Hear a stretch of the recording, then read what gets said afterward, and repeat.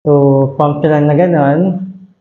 Papakita ko guys. So, kahit 1, 2, and then kung saan na siyang tutulo. Meron siyang PHA and BHA. So, ginagawa ng BHA guys are also known as salicylic acid. So, deeply yan nape-penetrate sa ating face and tinatanggal niya talaga yung unclogged pores natin. So, nililinis niya talaga kaloob-looban. And of course guys, meron din siyang PHA na gently nag-exfoliate naman sa ating skin. So, yan, i-shred niya yung mga excess dead skin naman sa ating balat. So, ano ba ang benefits nito sa ating balat, guys? So, kung kayo ay may mga pimples, blackheads, and feeling nyo medyo hindi gaano kakinis ang inyong skin and medyo textured skin nyo, guys. So, you must try this product. If you have pimples, talaga, nakatulong talaga siya. Sa blackheads din, guys. So, nakakatulong din to, pero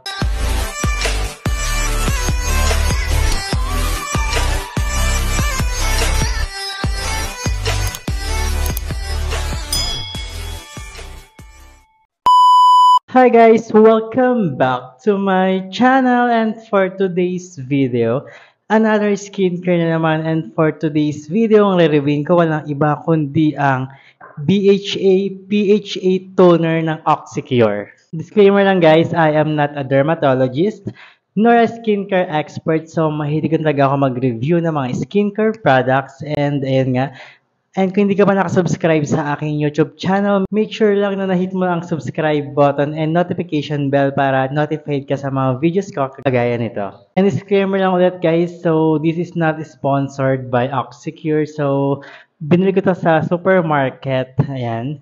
And mamaya sasabihin ko yung price niya. Of course guys, this product is FDA approved.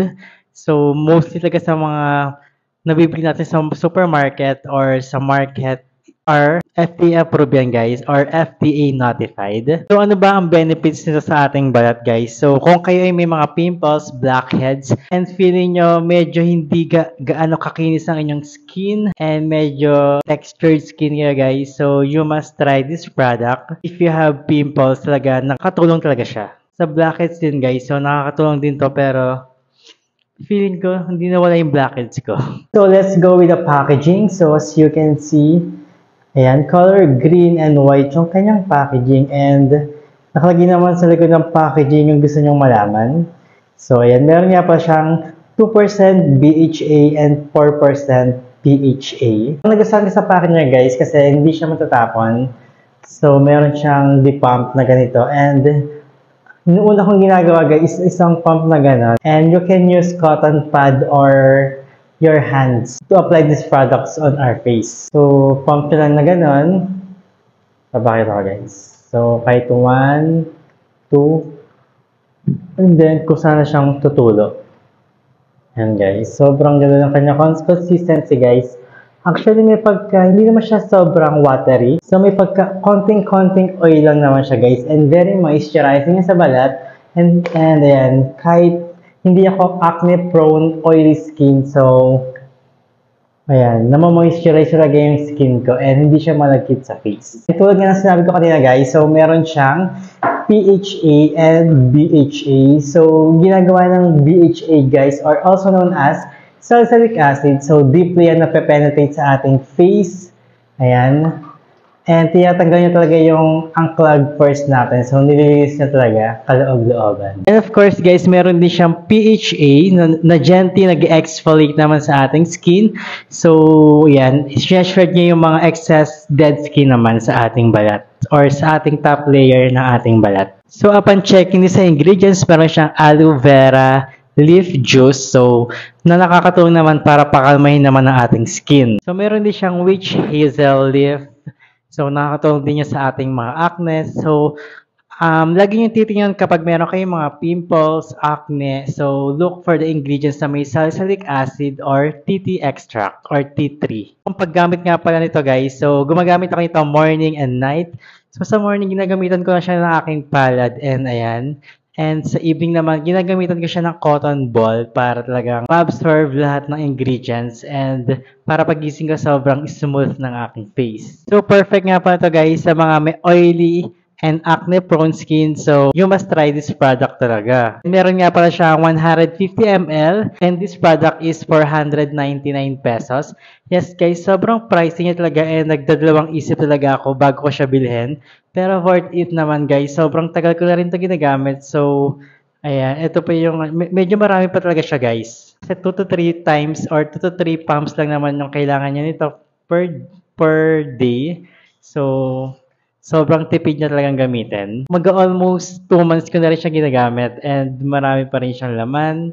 So, I super love this product. So, this product is paraben-free, fragrance-free, and yan, alcohol-free. Kaya, perfect lagi ito sa mga all skin types. And hindi na ako nag-product test. So, papakita ko lang yung video ko paano ko siya na-apply.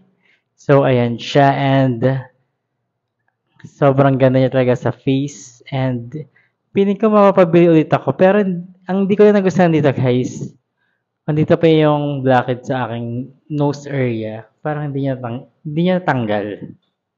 And ang final thoughts ko sa product na to is, ayan, super nagustuhan ko siya kahit hindi niya masyado tanggal yung blackheads ko. Pero feeling ko matatanggal din naman niya yan, guys. So, it takes time talaga bago matanggal yung ating mga blackheads, pimples, and pimple marks. So, nakakatulong din talaga to. So, ayun naman yung na-experience ko dito, guys. So, kasi blackheads talaga yung problema ko, guys. Kaya binili ko yung product na to. Kasi nakita ko na blackhead clearing siya. So, ayun lang naman yung problem ko sa aking face, blackheads. Kasi meron nga pala akong combination skin type. So, dito talaga ako madalas nag-oil sa nose area. Hindi masyado naman sa sa noo, hindi masyado. And dito naman ako medyo dry to normal. So, minsan dry talaga siya. And this product is from Thailand and sobrang ganda rin ng mga Thailand products, guys. So, perfect to sa mga may oily and combination or oily and acne prone skin. Bago ako magpaalam guys, so i-click nyo na to. I-click nyo na yan guys kasi nireview ko nga pala yung isa nilang bar yan or nireview ko isang Oxycure powder mud. So acne spot treatment siya. So na-review ko na rin yan dati. And kung gusto niyo mapanood yung full review ko, so click niyo na to guys. So ayan. And thank you so much for watching this video and lagi natin tatandaan na walang shortcut sa skincare. Bye guys, click niyo na to. Ginaya ko sa Lawrence. Click niyo na to.